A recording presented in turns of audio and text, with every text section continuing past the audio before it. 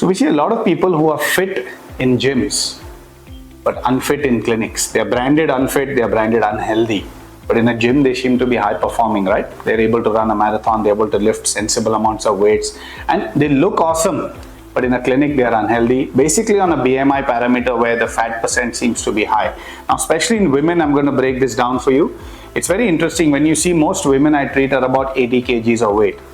In that 80 kgs, when you see the body composition, approximately 40% of their bodies are fat and about 60% are fat-free mass. Which means if you take out of 80, approximately 30 kgs is fat and the remaining is fat-free mass. Now what happens when you go to the gym? When you train, you primarily train the fat-free mass, which is the muscle mass. That's what is primarily engaged in the gym. The fat is mostly a fuel source. It's not getting trained. It may be a little mobilization, but for the larger part, you're training the muscle and the energy stored within the muscle. Now what happens to the fat? Now when you come back home and you're hungry, you eat. At this first thing the body does is replenishing the muscle, and any excess amount that we eat replenishes the fat. So you notice after a few months your muscle and that 50 kg keeps getting more and more toned, but nothing moves on the 30 kgs of fat, which is why so many women tell me, I've been gymming for 2 years now, I haven't lost a gram. So I tell them, are you looking toned at least? They say, yes, my triceps are toned, my abdominals are a little toned, but no weight loss.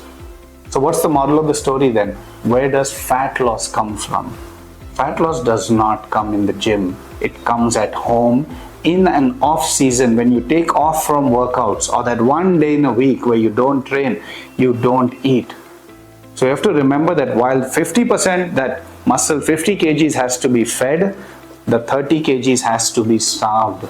You have to learn to feed and starve in cycles. This starving is nothing but not intermittent fasting, but a slightly longer period of fasting called prolonged, which may be 24, 48, 72. But you have to be able to starve it while nutritionally satisfying the 50 kgs. Give it its water, give it its sodium, give it whatever it needs in terms of protein, but you don't increase the calories. And when you do this, the body will systematically, in an attempt to preserve that 50, systematically shift calories from here. And what happens with this when you do this for a few months or a few years?